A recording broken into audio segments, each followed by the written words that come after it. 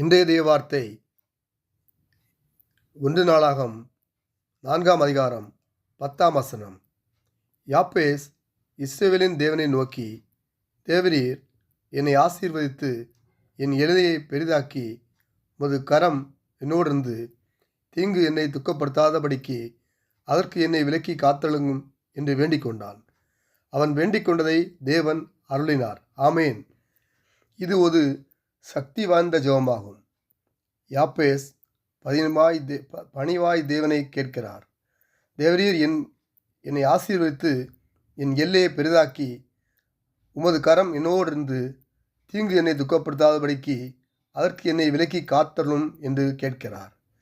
இந்த பணிவான நம்பிக்கையான ஜெபத்தை தேவன் கேட்டபோது அவர் கேட்டபடி அவருக்கு அருளுவதை பார்க்கிறோம்.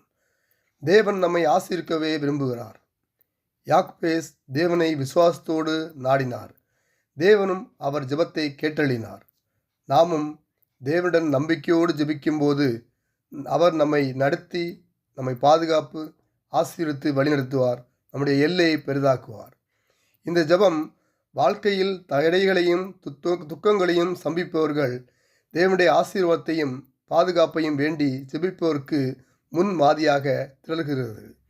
தேவரீர் என்னை ஆசீர்வதித்து என்பது இது உலகு பிரகாரமான ஆசீர்வாதமாக மட்டுமல்லாமல் தேவனுடைய முழு தயவையும் கிருபையும் நாடுவது. என் எல்லையை பெரிதாக்குவது என்பது தனது தகுதி, செல்வாக்கு மற்றும் தேவன் தமக்கு கொடுத்த பொறுப்புகளை விடுதப்படுத்த தேவனை கோருகிறார்.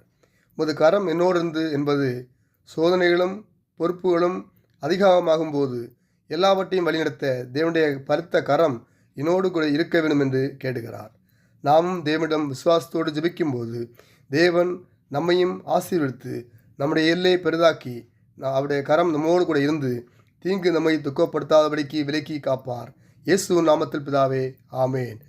நல்ல ஆண்டவரே, நமக்கு நன்றி செலுத்துகிறோம். ஒரு புதிய நாளுக்கான கிருபை செய்தபடியால் நம்ம ஸ்தோத்தரிக்கிறோம். இந்த நாள் எங்களுக்கு ஆசீர்வதிக்கும்படியே ஜெபிக்கிறோம். எங்களுடைய எல்லையை பெரிதாக்கும்படியே ஜெபிக்கிறோம். ஊழியக்காலையும் ஊழியங்களை கத்தர் ஆசீர்வதிக்கும்படியே ஜெபிக்கிறோம்.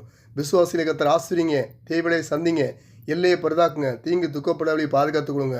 வேலையில்லாக்கு நல்ல வேலையை கொடுங்க, வியாபாரங்களுக்கு நல்ல வியாபாரம் கொடுங்க. உலக தலைவர்களை கத்தர் ஆசீர்வதிங்க, ஞானத்தை கொடுங்க, புத்தி கொடுங்க.